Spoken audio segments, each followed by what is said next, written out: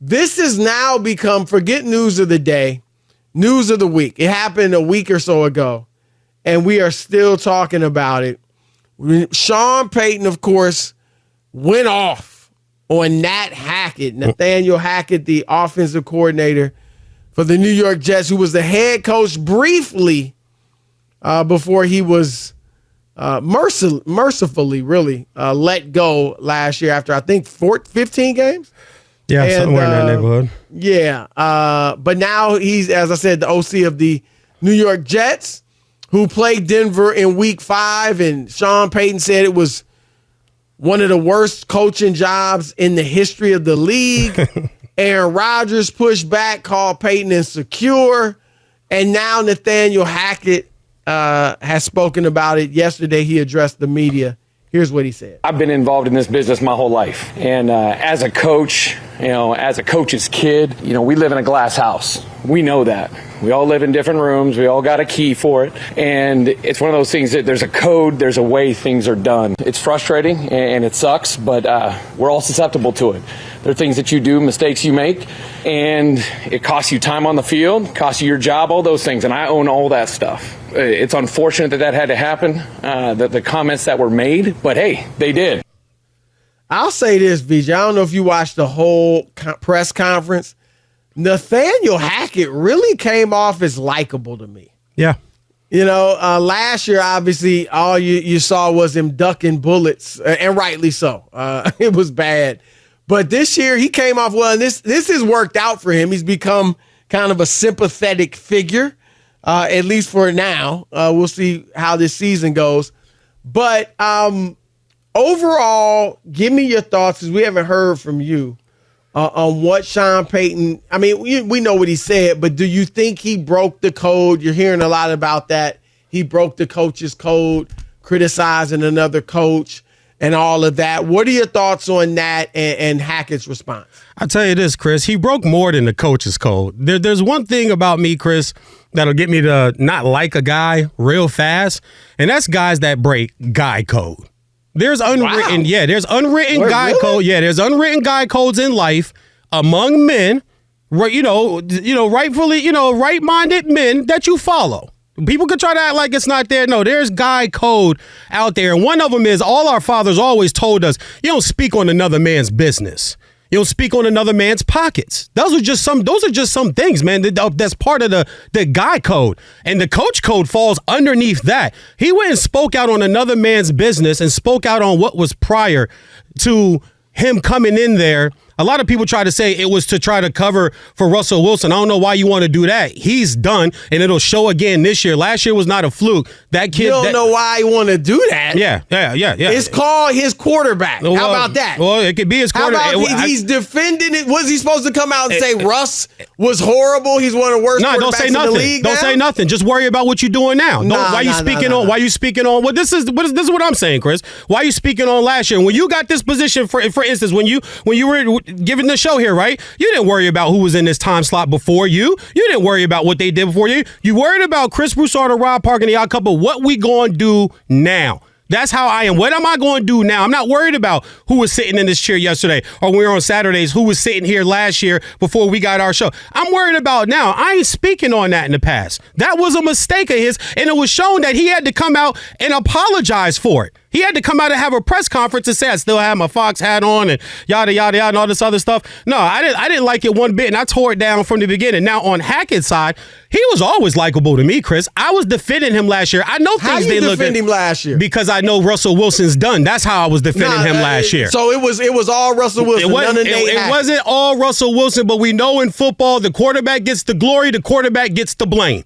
And so do the coaches. That comes second, though. But when nobody trying to blame. But he made unprecedented mistakes. First-time head coach is going to make some mistakes, and we get that. But over and over. Have you ever seen one make mistakes like that? Yeah, Staley for the Chargers. Nah. He made some mistakes. Keep going for it on fourth down. But he made unprecedented mistakes. That's what Sean Payton was doing, and he went a little far, but he was defending his quarterback. And he went overboard, but it was the right thing to do is defend your quarterback. Now, again, he didn't have to drill Nate Hackett. What he said wasn't. I mean, my thing is this. The code is fine. But people are acting like he committed some egregious crime. And let's stop it. He didn't commit any egregious crime. Again, went overboard. But everything he said was accurate. And he did make a mistake by putting a target on his team's back. Because now nobody was really expecting much from the Broncos. He also said in that interview that he would be so ticked off if they don't make the playoffs. You know, now all of a sudden people are like, okay, they're expecting some stuff. They're looking at the Broncos now, not just that week 5 game, but overall this season. And he put everything on Hackett and what went on last year in the building. So if it doesn't go well, people are going to look at Sean Payton. I would say this, though. The Jets and Hackett was likable to me in this press conference.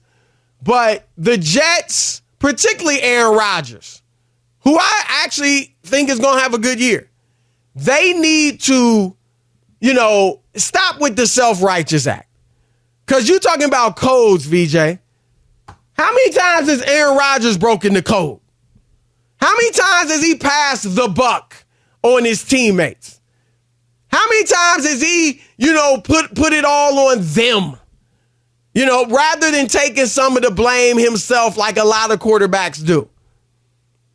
I mean, last year it happened when he said that, a lot of guys making a lot of mental mistakes and they shouldn't be playing as much.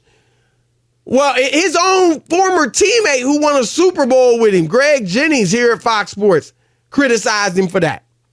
So my thing is, okay, y'all can call out Sean for what he said and it'll be settled on the field. But the self-righteousness coming out of the Jets, y'all can chill out with that. Because y'all broken some codes too, particularly Aaron Rodgers. Well, I got my opinion about the Jets too, and we'll get into that a little later in the show with Aaron Rodgers. But back to Payton and Hackett. I defended Hackett for whatever reason. My reasons are my reasons. But he was likable to me to begin with last year. I don't like firing the coach after 1 year, but they decided to do it. But listen, think about it. Hackett was okay until the 4th down decision on opening Sunday night, I believe it was, or the Monday night game. I'm not sure which game it was. Whether it was Sunday night or Monday. Yeah. Was that when he went for the 64-yard? He went for the 64-yard field goal, and I came on radio and said, hey, listen, if he thought his quarterback had it in him to pick it up, he'd have let his quarterback try to have it in him and pick it up. Well, no, I do know that. He even admitted. Did he admit it was a mistake? Of course he had to backtrack, and he was getting killed. Yeah, he did. He was getting killed. Nah, he was getting killed. Have to back up. He was getting killed by all you guys on TV. Well, of course he was getting killed. Okay, so that's why it was a bad move, and he admitted it. And just like Sean Payton did, Sean Payton was getting killed for this, and what did he do? He went back and apologized. So it's the same thing, that's Chris. Fine. It's the same thing. I'm talking about a strategic move that you defended. Yeah. And he admitted it was wrong. Yeah, I still So how you defending it? Because he said it was wrong. Because, he's saying it's wrong after the fact. It's hindsight 2020. They make the field goal. Nobody's talking about it. We're not worried about it. It's the fact that he misses the field goal is the reason why we want to pick it apart. But you can say that about anything, man. Any play you can say that about. Okay, all right, Chris, I can the same thing too, man. It goes both ways. League that made a 64-yard field goal. Ball travels well in Mile High Stadium. We've seen it. We've seen it before. It was a bad move. Come on. Hackett was always likable to me. I like the fact that he responded. Like I said, I'll dig a little more to how even Aaron Rodgers kind of responded in his whole demeanor and personality with the New York Jets right now. But I like the fact that Hackett went and backed it up and came out and responded to it. You're right. Week 4, we get the game. The players on week 5 it is. Excuse me. Players are on the field. There's no excuse. Coaches can't do nothing but coach. The players are the ones that's going to make things. The players are the one that's going to make things happen. Well, coaches got something to do with it for sure. Yeah, I said they coach. They coach. Huge. But when that ball kicks off, it's man on man. It's body on body. Man on man. But don't think the coaches don't have anything to do with that. I know they play a huge part. But I'm with you on that. Like at the end of the day, put on your big boy pants. Oh, he hurt my feelings. Okay, let's settle it on the field, and we will in week 5. Yep. All right.